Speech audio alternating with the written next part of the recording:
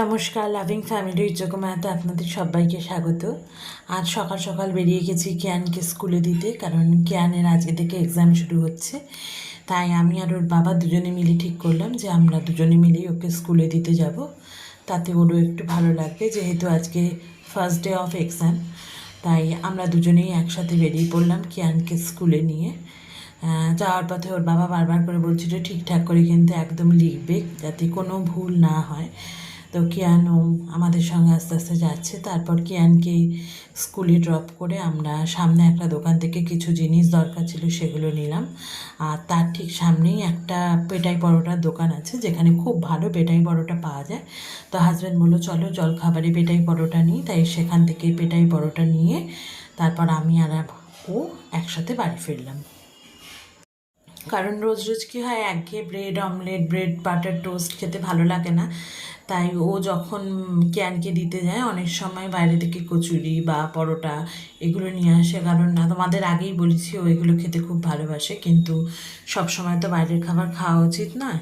তারপর আমি বাড়ি এসে ঝট করে তোমার সমস্ত আগের দিন যেই জিনিসপত্রগুলো কেচেছিলাম সেইগুলো জিনিসপত্রগুলো তুলে রাখলাম, কারণ একটু পরেই আমাদের কাজ করতে যিনি আসেন উনি আসবেন। তাই সেগুলো থাকলে খুব অসুবিধে হয়। আর আমি বাইরে জিনিসপত্র মেলি না, কারণ কখন বৃষ্টি নামবে, তাই যদি সময় মতন তুলতে না পারি ভিজে যাবে।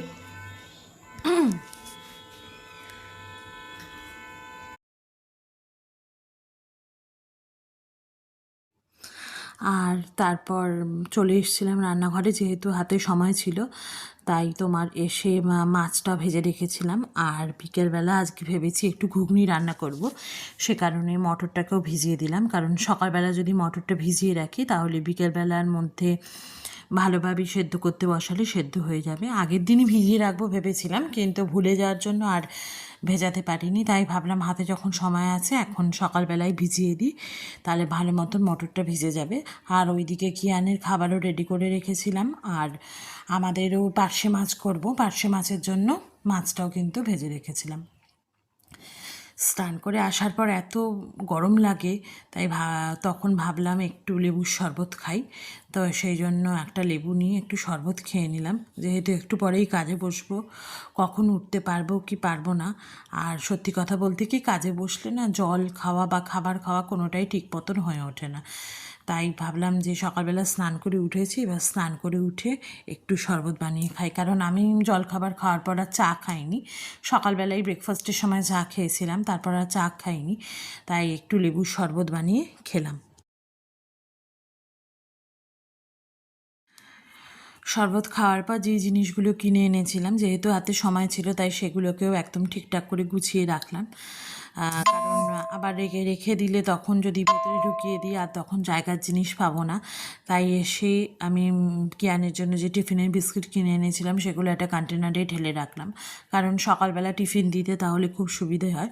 আমি সবসময় কিয়ানকে যাই কিছুই দিই না কেন তার সঙ্গে দুটো বিস্কিট অবশ্যই দিই, কারণ অনেক সময় কিয়ান কিছু খেতে চায় না। ওকে বলে দিই যদি কিছু নাও খাও বিস্কিট দুটো অন্তত খেও, তাহলে একটু অন্তত পেটটা ভর্তি থাকবে। কিন্তু কিয়ান মোটামুটি এখন যাই পাঠাই একটু খায়।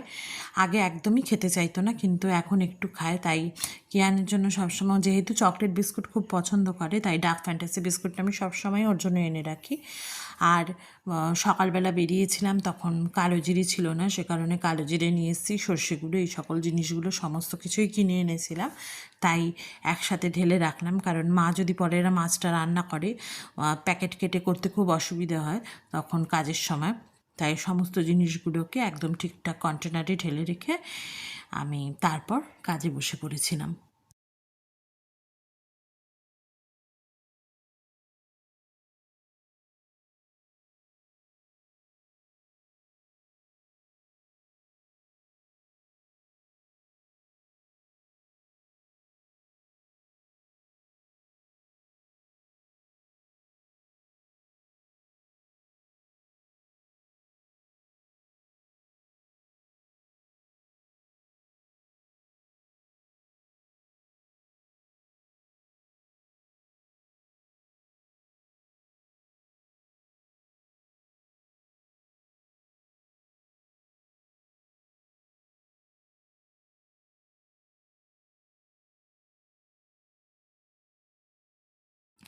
আর সর্ষে গুঁড়োটা যখন কাটলাম তখন মা যেহেতু পার্শে মাছ রান্না করবে তাই সর্ষেটাকেও ভিজিয়ে রাখলাম।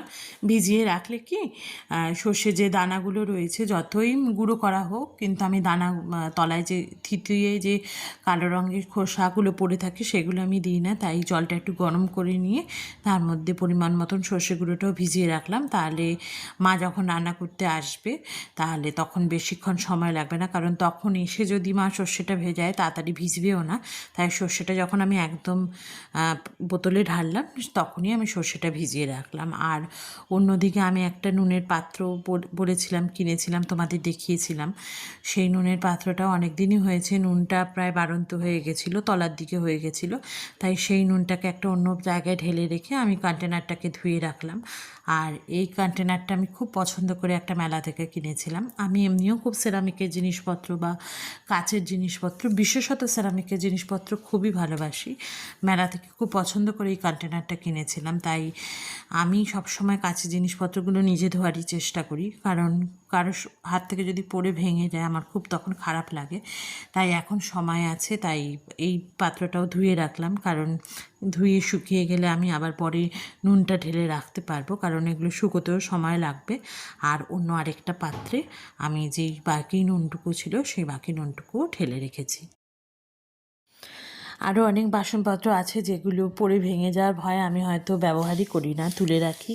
আমি কোথাও গেলে সবসময় সেরামিকের কিছু জিনিসপত্র কিনি, কিন্তু রাখার জায়গার অভাব আর ভেঙে পড়ে যাওয়ার ভয়, এই দুটোর কারণে আমি নামাই না। কারণ কিয়ান যেহেতু থাকে, কখন কোনটা ও হাত দেবে, যদি পড়ে ভেঙে যায় সেটা ওর হাতেও ফুটে যেতে পারে বা আমার শখের জিনিসটাও নষ্ট হয়ে যাবে। সেই কারণে যতটা প্রয়োজন আমি সেইটুকু জিনিসপত্রই আমার কিচেনে সবসময় নামিয়ে রাখি। আর বাদবাকি জিনিসগুলো ইউজ করি না বলবো না, ইউজ করি, কিন্তু তৎক্ষণাৎ ইউজ করার পরই আমি একদম পরিষ্কার করে তুলে রাখারই চেষ্টা করি, তাতে জিনিসগুলোও ভালো থাকে আর ভাঙার ভয়টাও কম থাকে। আর এই দিকে আমি সকল কাজকর্মগুলো সেরে অফিসের কাজে বসে পড়েছি, কারণ আবার অফিসের টাইমিংয়ে ঠিক সময় মতন না বসতে পারলে খুব অসুবিধা হয়ে যায়। কাজের আগে বসারই আমি সবসময় চেষ্টা করি। আর তারপর দুপুরবেলা হয়ে গেল, দুপুরবেলায় খেতে চলে এসেছিলাম। যেহেতু হাতে 10-15 মিনিটের মতন টাইম ছিল, তাই সেই সময় আমি লাঞ্চটা করে নিলাম। এখানে ভাত তো সকালবেলায় হয়ে গেছিলো, মাকে দেখলাম মা নিম আলু ভাতেও দিয়েছে। যেহেতু আমি আর মা দুজনেই তেতো খেতে খুব ভালোবাসি, আর এখানে মা পার্শে মাছটা সর্ষে দিয়ে বানিয়ে রেখেছে। চলো এবার খেয়ে নিই, আবার তোমাদের সঙ্গে পরে কথা হবে। গুড ইভিনিং সবাইকে। এখানে আমার কাজ এখনও চলছে, এখন 5টা মতন সময় বাজে। আর এদিকে হাজব্যান্ড একটু চিপস আর কেক আমাকে দিয়ে গেল, যেহেতু ওরাও খাচ্ছে সে কারণে একটু চিপস আর কেক দিয়ে গেল। সত্যি কথা বলতে খিদেও পেয়ে গেছে, তাই চট করে এবার চিপস আর কেকটা খেয়ে কিয়ানকে হোমওয়ার্ক দিয়ে দিয়েছি। আর রাতে রান্নার প্রিপারেশনও মা করে রেখেছে। অফিস থেকে উঠে একদম রান্না করব আর পরোটাগুলো ভাজবো, তাহলেই হয়ে যাবে। এখন কিয়ানকে একটু পড়িয়ে নিই, তারপর আবার আমি কাজে বসবো। কিয়ানের পড়া হয়ে গেছে, আবার একটু পরেও বসবে। এখন আমি বললাম একটু রেস্ট নাও, আবার একটু পরে দেখি। তাই কিয়ানের খিদে পেয়েছে, তাই একটু চিপস আর ওকে একটু কালকে ব্রাউনি এনেছিলাম, যে মাদার্স ডে ব্রাউনিটা ও আমাকে দিয়েছিল, সেটাই ওকে দেবো। চিপসটা বেশি দেবো না।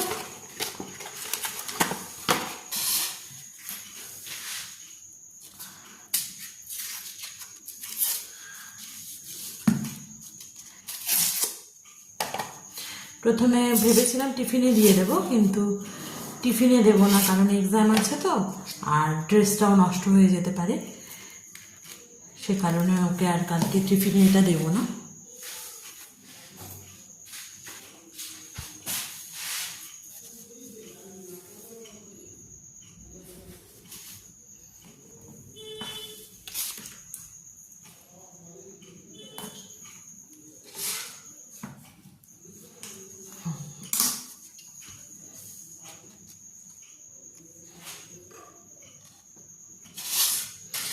আর একটা বিস্কিট দিচ্ছি, বেশি কিছু দেবো না, কারণ রাতে আবারও ডিনার করবে।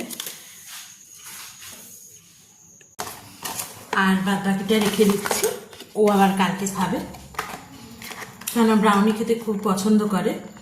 তাই এটা আমরা খাবো না, আমরা যেহেতু পেস্ট্রিটা খেয়েছি, কেকটা ও খেয়েছে, এটা আবার রেখে দেবো, ও কালকে খাবে।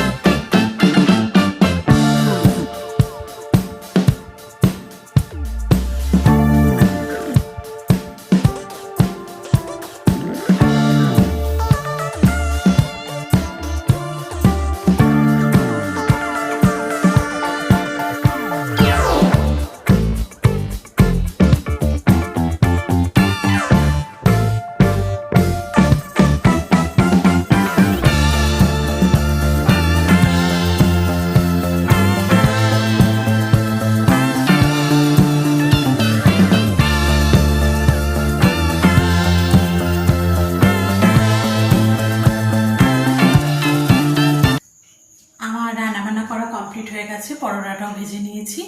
এবার রাত এখন বাজে 9:30।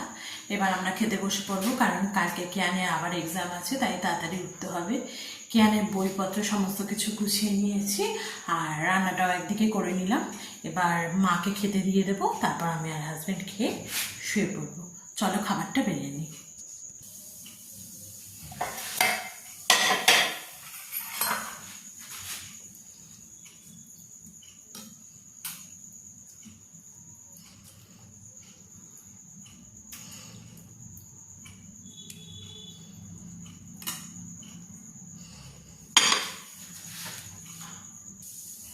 আর আমি একটু তেঁতুলের পাল্পও রেডি করে রেখেছিলাম, সেটাকে এর উপর দিয়ে দিচ্ছি।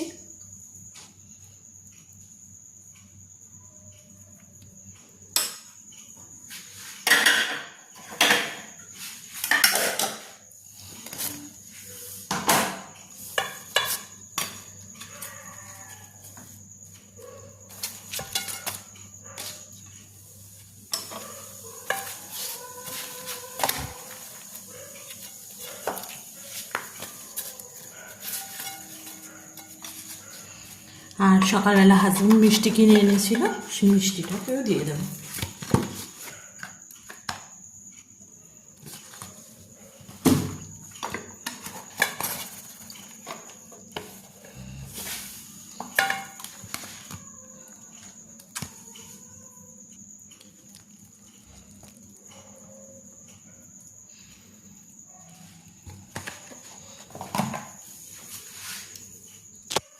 এবার মাকে দিয়ে আসি, তারপর আমরাও খেয়ে নেব। আজকে আর তোমাদের সঙ্গে কথা বলছি না, তোমাদের সঙ্গে দেখা হবে আবার পরের ভিডিওতে। ততদিন তোমরা সবাই খুব ভালো থেকো, সুস্থ থেকো, আর আমার পাশে থেকো। আমার চ্যানেলটাকে সাবস্ক্রাইব করো, ভিডিওটাকে লাইক করো আর শেয়ার করো। আজকে আসছি, গুড নাইট।